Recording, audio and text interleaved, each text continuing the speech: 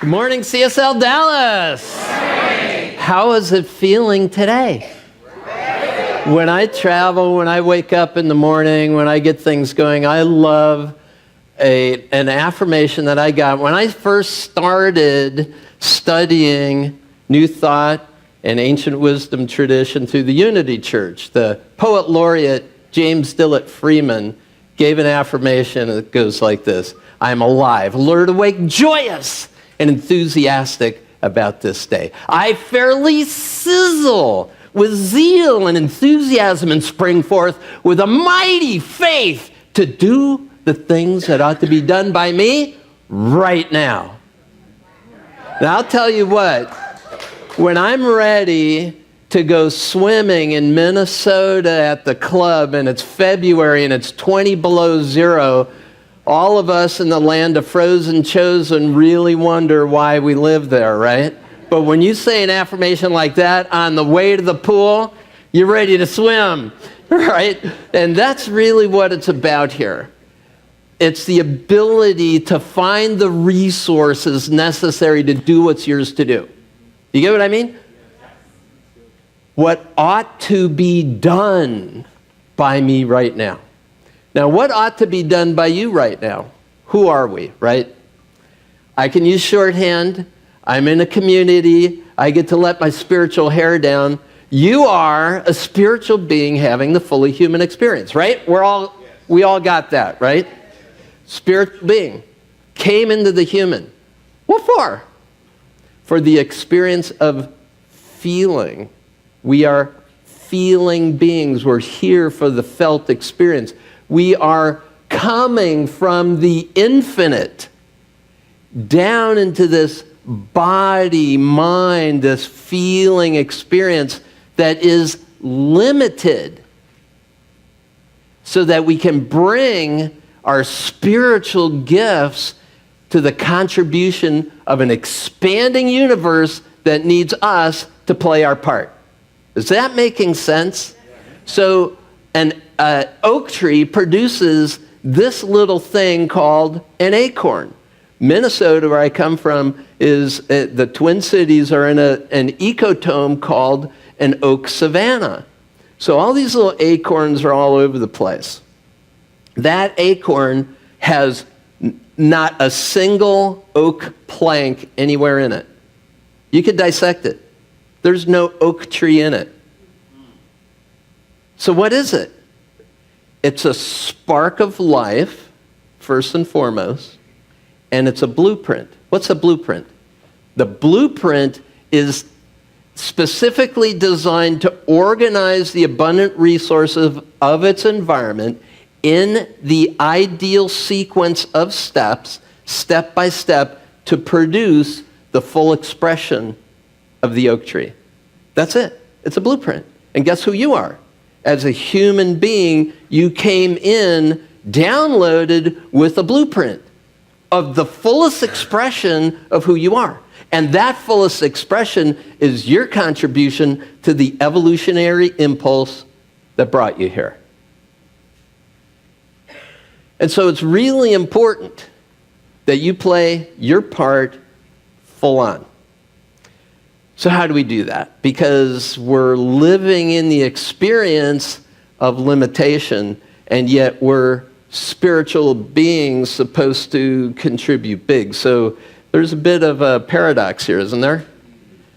And what's the problem to be solved? There isn't one. There's a polarity to be managed. Yes, you are a spiritual being. Yes, you're a human being. You're a spiritual being having the human experience. This is not anything you ever resolve. You live into it, and you manage this polarity with the gifts and resources that are all around. The universe is infinitely abundant.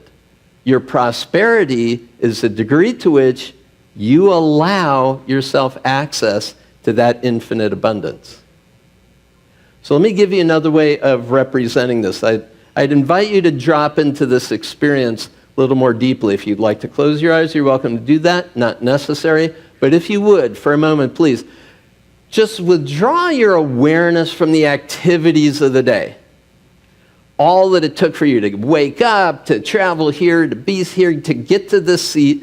Let it all be, and just be present to the space your body is occupying in this now moment.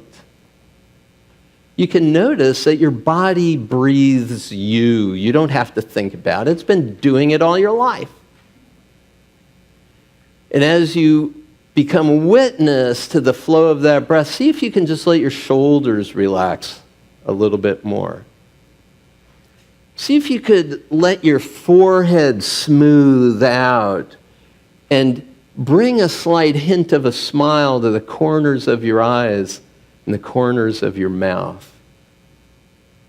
See if you can notice the touch of the breath in your nostrils. Because when you do, you can only be present. You can't be in other times and places. Just feeling the touch of the breath in your nostrils at this moment. Notice that there is a flow, and if you would allow it, no pauses or hesitations between that flow. So that the inhale flows into the exhale in a perfect dynamic balance and harmony of opposites. See if the inhale and exhale can be of a similar duration. And that balance brings balance to the hemispheres of the brain, to the sympathetic and parasympathetic nervous system. The sympathetic is the action-oriented. The parasympathetic is the rest and restoration. The male and female energies within you, the spiritual and the human, in a perfect, dynamic balance. And where does that representation of your physical existence as a human begin? It's at that spinal column that runs up the back channels of your body, the most dense part of you, the physical. And surrounding that most dense is a subtler body. It's called the emotional body. And we feel these on the front side, these nerve ganglion that represent emotions from the base of the torso to the crown of the head, and all the colors of the rainbow, red, orange, yellow, green, blue, indigo, and violet, moving up and down through this subtle field of energy that is your emotional body. And then the mental body surrounding that, where thought forms appear, sometimes in 360, sometimes a thought comes from behind you, sometimes off to the right, sometimes off to the left. It appears, thoughts occur. And this subtle energy field is surrounded by the spiritual body. And if you look at the map of this and the evolution of your brain, then the reptilian complex manages the physical body. The mammalian limbic system around that reptile brain manages the emotions. And the neocortex surrounding that is the thinking brain. And this spiritual presence that you are is more than any of this. You have a body. You have emotions and feelings. You have thoughts and think. You are not your thoughts. You are not your feelings. You are not your body. You are the presence and power of the universe come into expression to inhabit this human experience. And this prefrontal cortex, the very front of your brain, is the God spot, this executive function that guides your life. And when we drop into prayer, to visioning, to experience, we represent the totality of existence, the consequences of our actions, our thoughts, and our feelings. And if you would gently bring yourself back and open your eyes into the space that we're inhabiting right now, you begin to see this magnificent development that the universe and its evolution has brought itself to the point where it can become self-aware. It can reflect on its own existence. You are not merely human. You are the universe in the form of a human. You came from stardust. You evolved out of this cauldron of fire and lava to sing opera, to pray, to do art, to make your contribution to humanity. When we say, I see the divinity in you, what is that? It's recognizing you're looking into the universe itself. In the eyes of the universe, become self-aware. This is an important time in human history. Is there any denying it? And guess what? You all signed on to be here at this moment of the great turning in human history. There's just one problem.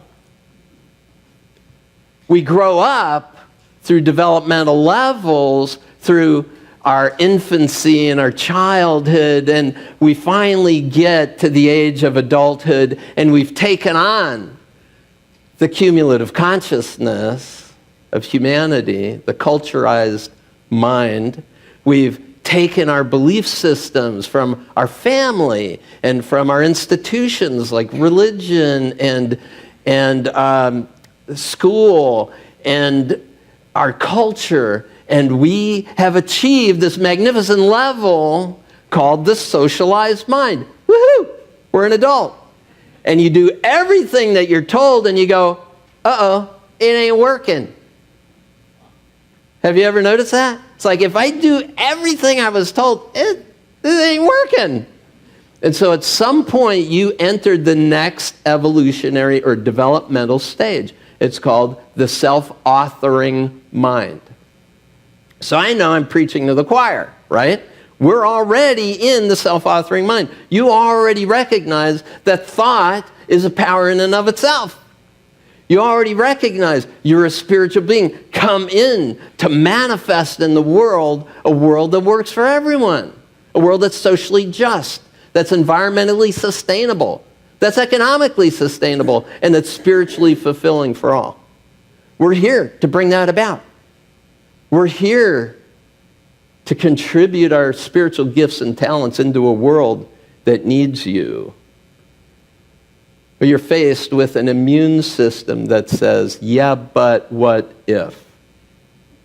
Right? Remember when Jeremy stood up here and he wanted to bring his gift of his art, and he said, yeah, but who am I? And we have three big insufficiencies that our immunity to change sets up for us. The first one is the mind. The insufficiency of the mind says, I'm not worthy. It's not me. Moses, this is biblical, right? Moses sees the burning bush and hears, Moshe. And he says, Hineni. Translated, here I is. And the bush said, dude, it's you. You're it. And he goes, who are you talking to? No, you don't know me. You don't know me. I'm insufficient. I got a speech impediment. I just killed my brother. Like, I'm on the run here. Do you not get this? What's up with that? So this is normal, okay? This is biblical, right? So when you see an insufficiency showing up in you, you go, oh, cool. This is a biblical moment. It's like, I think it's not about me. Yeah. And then the next one is an insufficiency that what will people think? Will they like it? Will they love me? Will I still belong to this world that brought me to this point? Will I still belong? The fear that we won't is deep in our DNA. When you got kicked out of the tribe, your chances of survival went way down. So this is deep.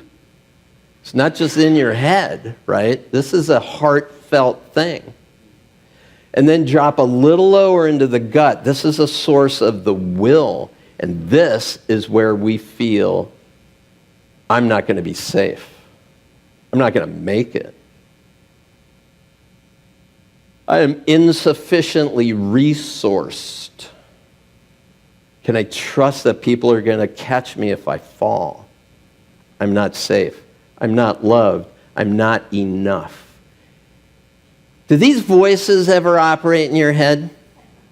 This voice of insufficiency, this voice, this fear of belonging, this is the voice of cynicism. This is the voice of judgment. This is the voice of cynicism. Oh, I had a dream like that. Forget it. It's never going to happen to you. Broken-hearted idealist. That's the cynic, the broken-hearted idealist. You gave up on yourself, gave up on your dreams. Brush them off. Bring them back. It was written on your heart and mind of what's yours to do. So when the voice of judgment comes in, when the voice of cynicism comes in, the voice of fear is not far behind. And what we know about this immunity to change is that the last thing anybody wants to do is surrender their will. You could be prisoner of war, buried in a hole, breathing through a tube, and the last thing you're going to do is give up your will. But guess what? When we trust and surrender our will to what's ours to do, that's when the magic happens. That's when the universe brings the abundance that's yours. All the cattle on 1,000 hills. It's all yours. For what? To do what's yours to do in this life. But if you won't take the first step, the universe goes, we can wait. And you either get it, or you die in quiet desperation, right? But he who does not the thing has not the power. He who does the thing has the power. So I found this interesting bit of scripture. Seek ye first the kingdom of heaven, and all things shall be added unto you. Ever hear that one? It's also translated, depending upon which authentic translation of the Bible you have. Seek ye first the kingdom of God, and all things shall be added unto you. Right? Well, in the ancient Greek translation of the Aramaic Bible, they had a word that wasn't our 17th century idea of, big guy, bearded guy on a throne in this, heavenly realm. It was called expansion, or Uranos. Seek ye first the kingdom of expansion, and all things shall be added unto you. Now, at that time, I had started business in 1981, and at that time, I was realizing that I was kind of stuck in a place. I was under a glass ceiling, and as an entrepreneur, you got to look around and see the only person in the room is pointing at himself, right? My income, my contribution to the world, it's all on me. I try to bring a team together, do the work, it's still all on me. And we had gotten stuck below the $2 million mark. We'd grown the business, pretty proud, made our first $1 million, that was awesome. But our second million was an elusive goal, bumping our heads against it. 1,000,007, 1,000,008, 1,000,009, 1,000,007, right? 1,000,008, 1,000,007, year after year after year. And I found this metaphysical translation, seek ye first the kingdom of expansion, and all things shall be added unto you. So I thought, where am I living in my comfort zone? And what is it going to take for me to expand my work out into the world? And instantly, I knew where I was holding back. Do you know the very next step, one next step, not the 27th next step. Do you know one next step you could take in the next 24 hours to expand who you are into the world more fully? Yes or no? 3 people said yes. Okay.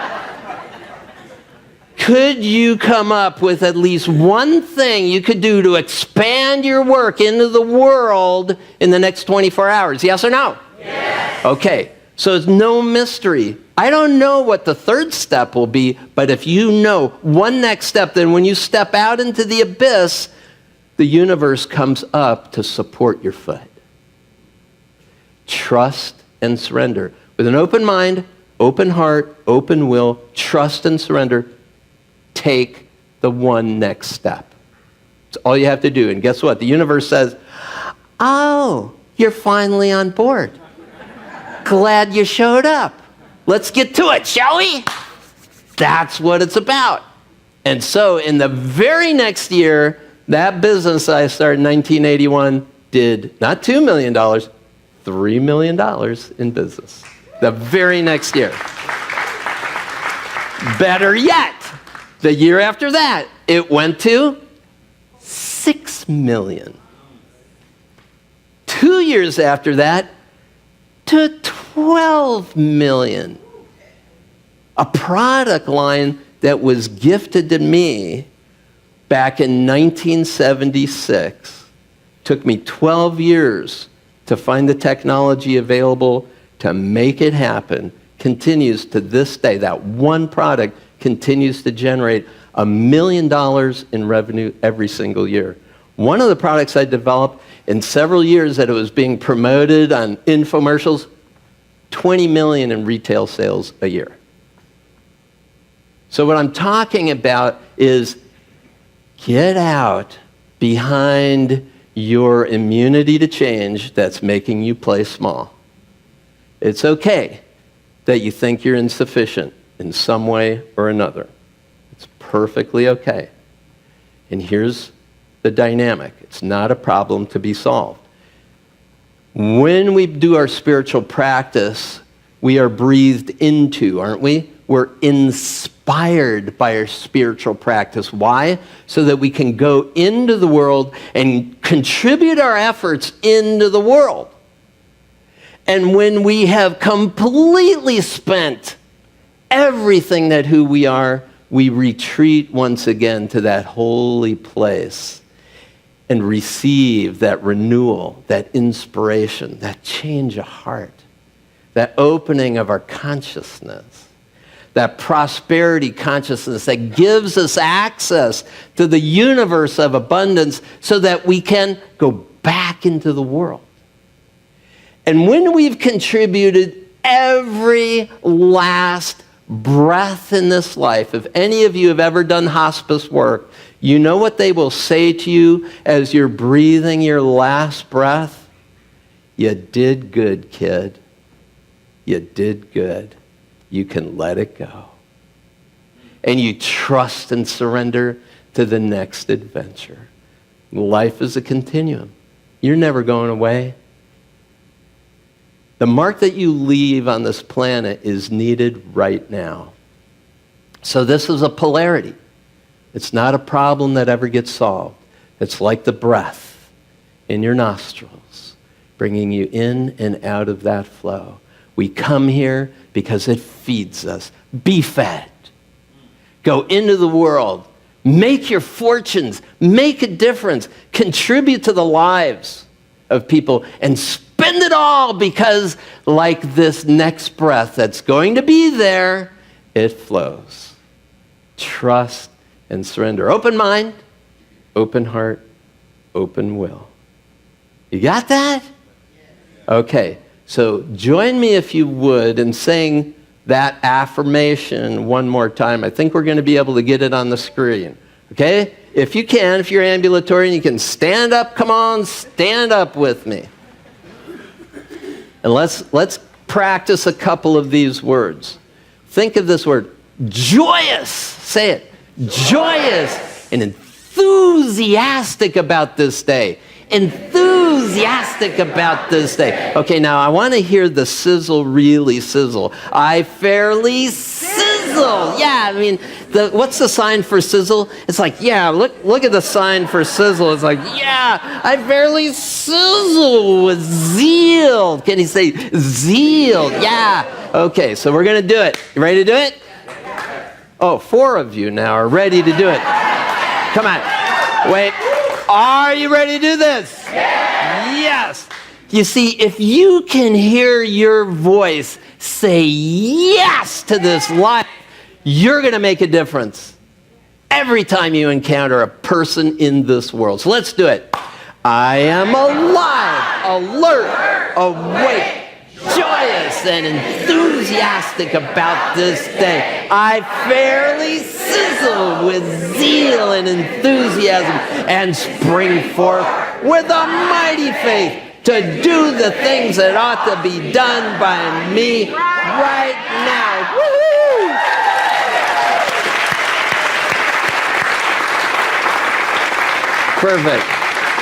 Perfect. So have a seat.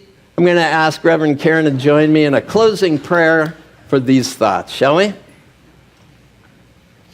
So take a moment just to come back to center. Come back to this place where this magnificent human life is that point at which spirit comes into the world. There is a spark, a divine spark that is an evolutionary impulse that brought you here. We bless it. We give thanks for it. And there is a blueprint written deeply on your heart and on your mind. This is yours to do. The things that ought to be done by you to create a world that works for everyone, for all living things, for Mother Earth, for Grandfather Sky, and for all things in between. You're needed. And we know who you really are. You are the presence and power of God. Come into this world to make a contribution at this turning point in human history. A world that's socially just. It's environmentally and economically sustainable and spiritually fulfilling for all. We bless you.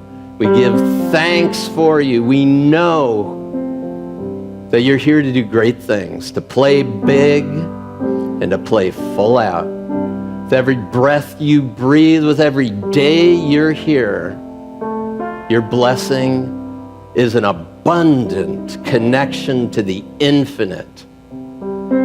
And your prosperity consciousness says yes. With an open mind, an open heart, and an open will, you trust and surrender into this space.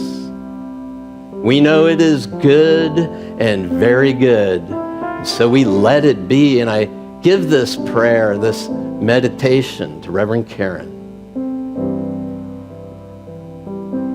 So it's in this moment that we bring what we know.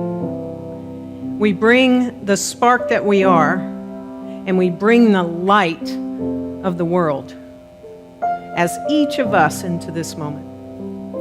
We take this moment to use one candle a single light, and yet this single light, if placed in the right spot, can set the whole world on fire, can ignite the whole world with one flame.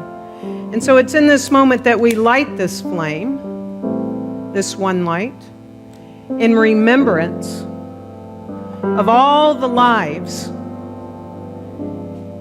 that have been snuffed out recently. All the lives that have been touched by something unexpectedly. We bring our light into the darkness and dispel it. And we bring our light for the purpose of those that are no longer with us in Las Vegas. We bring our light to those that are no longer with us in Puerto Rico, in Florida, in Texas, and perhaps Louisiana and Mississippi. We bring our light that are no longer with us in Canada. It does not matter what the act and the condition is. We bring our spark, our light into this darkness and say, no more. No more. We are the flame of love. We are the light of love. And your lives, whoever they have been, for however long the unexpected has occurred, they are not wasted any longer. For we bring our light and this collective light to this world for such a time as this, as we do not have to light another light. And so we honor all the heroes that stepped in any occasion, rushed in, just as the universe rushes in to love and support and to lift us up and to say, you are the divine one. I see you, and I am the light, and you are the light. And this light ignites, and it ignites, and it ignites, and the darkness is no more.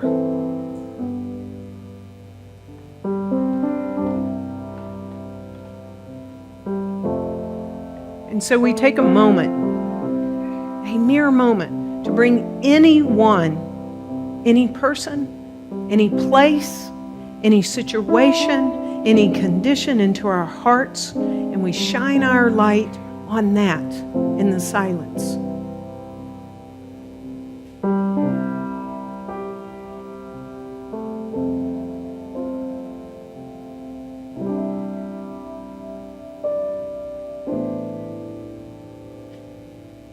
And it's from this place of love and compassion and empathy that we dispel any anger or hatred, divisiveness or separation. And we bring our light for the sake of all of humanity, and we awaken as we open our eyes and see the light and be the light. And so it is.